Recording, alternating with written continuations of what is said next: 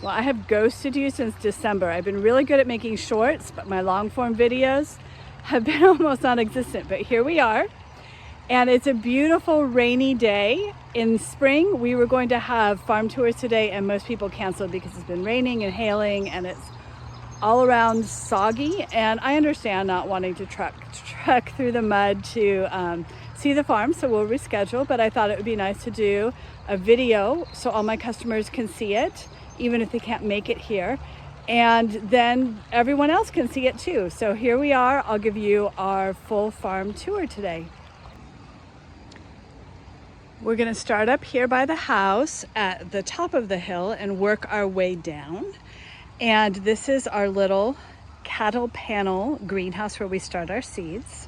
So if you're new and you haven't seen it before, it's a mess because this has been Plant Everything month, and it's all in the process of there's just a few things that still need to go outside, and there's a whole lot more that is empty trays that need to be put away.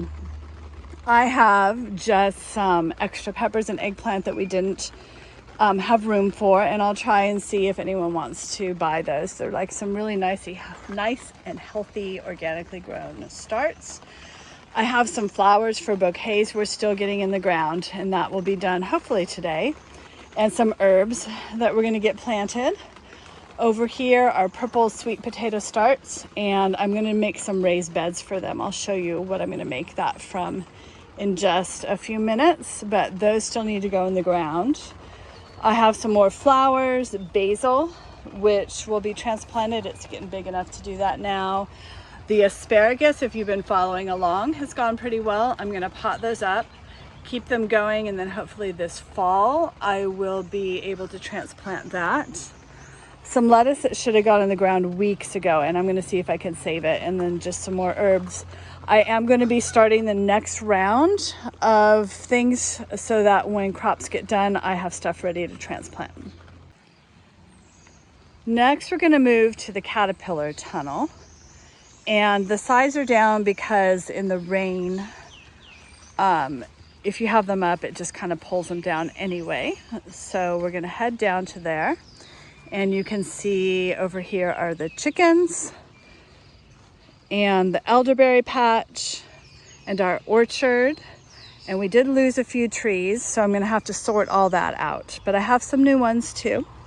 And then here is the caterpillar tunnel, which is also the tomato tunnel this year. There's 100 tomato plants in here. If you saw our short 2 weeks ago, we had just barely planted it. And 2 weeks in, the tomatoes have about doubled in size. They're looking really nice. They're starting to set flowers. This row is a nice red slicer called Cayman. This row is all San Marzanos. And then moving over, we have a row, I don't remember if it's Mountain Fresh or Mountain Magic, but some determinate slicers, which we have the cattle panels so we can trellis those. And then this row is all different colors of cherry tomatoes. They also are starting to flower and set fruit. We have the two outer rows all trellised on the twine now. And I still have to do the San Marzanos, but the wire's up there, so I have to grab a ladder. But that might be done today. If not, I'm hoping to do it tomorrow. We put straw on the ground throughout to act as a mulch to suppress weeds and to retain moisture. And then everything's on a drip system. So you can see down here, there's drip tape on either side of the tomatoes. And that has a timer at the top, which I can show you. We also planted alyssum, which is just starting to come in nicely, and nasturtium and marigolds in here to help with companion planting and insect control. This tunnel, when we moved it up here, we put in raised beds, and then we got through Free Cycle, we got all sorts of different pavers to pave the pathways, and that way it helps act as a heat sink during the winter. So here's the timer, and that turns on however many times a day we want it to. Right now it's set on 12-hour cycles, and I think I have it on for 20 minutes twice a day, but it's been working really well. Tomatoes are all looking fat and happy and doing great. And as those flowers fill in, it's just going to look prettier and prettier in here over time. But I'm really pleased with how it's all going. And then soon we'll be coming through every single day to pick tomatoes for our customers and to put down at the roadside stand. And then we have Simba here, just hiding from the rain, staying cozy. He really appreciated us putting the straw in here. One other thing I saw in my Facebook memories is that a year ago is when we had this terrible hailstorm, and you can still see the holes in the roof in some places. Let's see if I can get this one to show up. There's some really big holes.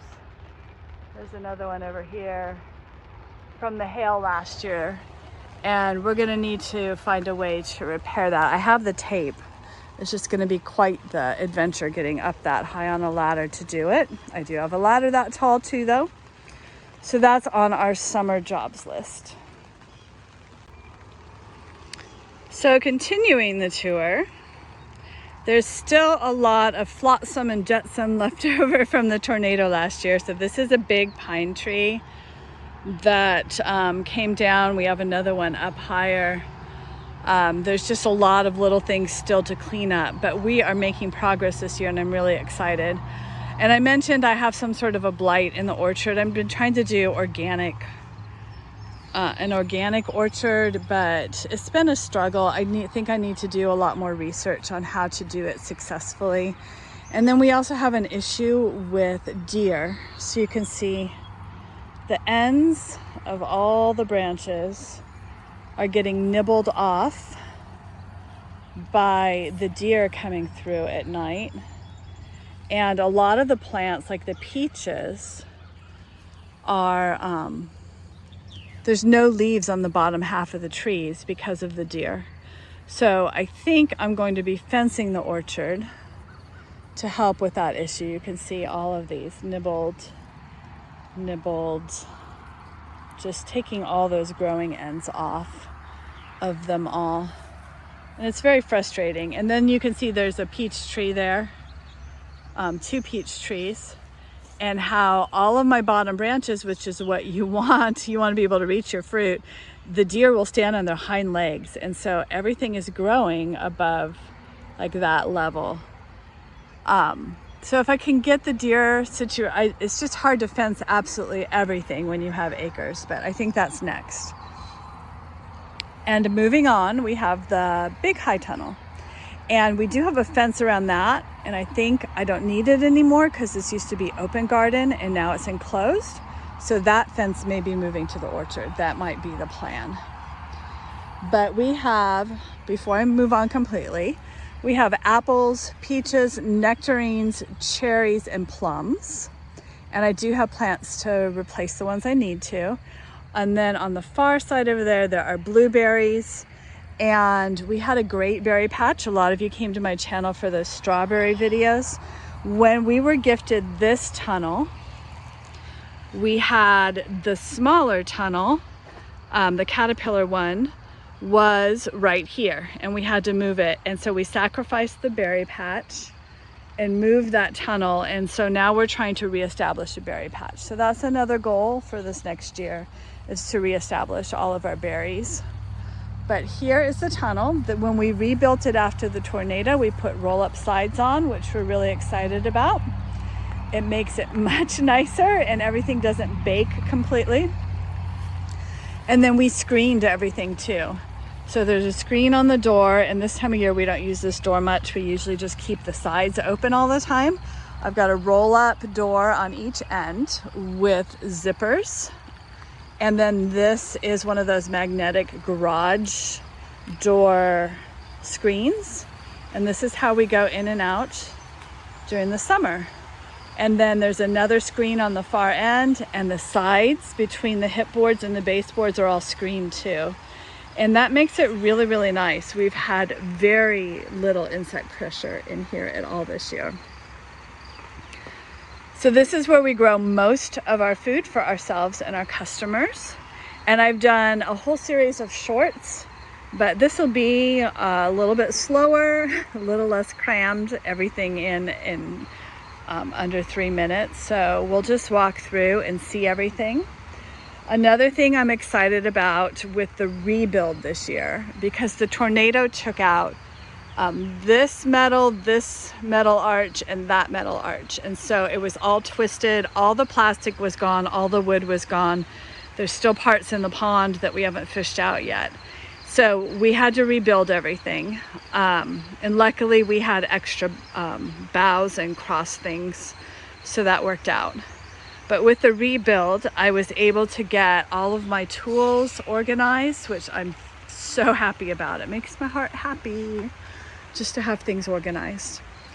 And then our first bed here, we planted in January, and it's fava beans. They are loaded in flowers, and they also smell really nice too. Just covered in flowers, all of them. And as you come down, you can see some pods. This one's just about ready. It's getting really nice and firm. So fava beans are almost ready. You're also gonna see alyssum and nasturtiums planted throughout, and some marigolds too. I planted garlic in January with seed that was over a year old. So it was a complete experiment, and some did come up, so I'm happy with that. But we'll do a much nicer job with our garlic this next year.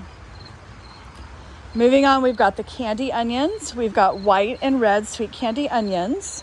These were spring greens that we've already flipped over, and we're gonna put green beans and cucumbers in these beds. This will be pickling cucumbers. And then this had a bunch of greens too. I haven't pulled the Mizuna yet, but I pulled the others because they have bolted, and we're gonna get that planted, I think, with some a next round of herbs, because the next row on this side has cilantro and dill and parsley, but the cilantro is bolting, so I'll pull that out. And the dill has, we've been on maybe harvesting 4 weeks, and we can get a little more off of it, but we'll plant some nice new dill also. And then when we come back around, over here, I've got my bunching onions, and we've been harvesting those for, I think, 3 or 4 weeks now too. And I need to get my next planting in, which we'll put on this side, and then we'll have successions all throughout the summer. This is my kohlrabi. I did a first picking on it, but it's been taking a while for some of them to size up. So you can see I've got some here that are ready to go, and some that are teeny tiny. And we'll be able to get another harvest this week, and then maybe for another couple weeks as it continues to size up. Next up is cabbage, and it's starting to get heads on it now. I love red cabbage, and it's much easier to find green cabbage. I did try to do a whole bed of green cabbage, but my seeds were older and they didn't start very well. So I only have 2 green cabbage, but they're just about ready. And there won't be enough to sell, so we'll be having those for dinner. And then the next row is leeks, which are starting to look quite nice, and shallots on the other side. Coming back up, we have beets, which originally had radishes in between, and now the radishes are gone, and the beets are going to be just about ready to harvest starting this next week. There's some really nice sized ones in there. The peas, we have sugar snap peas, and I planted 2 rows. I absolutely love them. They're my favorite, and they're getting pods. They're still covered in flowers, and they are now officially 5 feet tall. So we should be harvesting those for a while. Oh, look, I've got a nice little genetic quirk. We got some pretty purple ones among all of the white. So that's nice. All right, then I have chard, 1 row of chard, 2 of kale. And that seems to be a good amount for our customers and for us, and it's doing beautifully this year. No sprays, no BT, nothing. Having the screens on the side have kept all the cabbage moths off, so that's been really nice. We just finished our Napa cabbage. I'm going to get those to the chickens, and then slicing cucumbers are going here. On the other side, we have eggplant, sweet peppers, hot peppers, tomatillos, and we'll keep working our way down. I have the poles so that we can support them with twine, and that will be going in later. We are going to get to pick broccoli this week. This one is like ready. I got to get it before it opens any more. You can see how it's kind of getting really loose instead of a tight compact head like this. So I got to get that picked before it starts to flower. We have lots of gorgeous broccoli this week. Like, look how big. Really gorgeous. I don't know if you can hear the rain. I love the sound of rain when I'm in the tunnel. It's just so peaceful and relaxing. Here's our second planting of lettuce, which we'll start picking this week, and we'll be planting a new one as well. And we rescued it from the weeds if you've been watching the shorts. And then our first planting of green beans, which are setting flowers already. So we'll have beans in no time. I would say probably in less than 2 weeks we'll be picking beans. And then here is our next planting of arugula, Tokyo, and Asian greens mix. We've harvested up to here. And then it grows back, so we'll get more than one harvest, more than one cutting off of it. We've got Brussels sprouts, zucchini that is going to be trellised. These last 2 beds are going to be flowers for bouquets. And then this had beets and radishes, but I let the radishes go so long, so it kind of it just interfered with the beets, and so they didn't germinate as well, or they germinated and then they kind of suffocated in there. So we're going to decide once we finish harvesting those radishes if we'll keep those sparse beets or if we'll just replant and do something different. And then if you keep going, there are 9 beds out here, but they completely got overrun last year. I also got compost from the county, and it was full of invasive weed seeds. I've got Johnson grass. I have the burdock anyway. I'll be digging out those tap roots. There's also been poison hemlock, which I do think I have eradicated out here. I've been pretty vigilant about that. But we're gonna mow this and tarp it, and then hopefully do a late June planting of winter squash out here. So I'm just showing you for accountability purposes, and you can follow along and see if I actually accomplish it. But so that is the garden tour. That's what we have been up to this spring, and why I haven't been making many videos. But I will do my best to get some more long form content done. I appreciate any comments with what you would like to see in the garden. If you'd like more details on anything, I am happy to make more content about that. And I also want to say thank you to all the people who have followed us. It has blown us away how many new followers we have. Thank you so incredibly much for supporting what we do, and for all of our loyal customers, the new ones and the ones who have been with us for over a decade. We love all of you and appreciate you so much. And I'm going to go ahead and end it there. And I hope you all have an amazing day.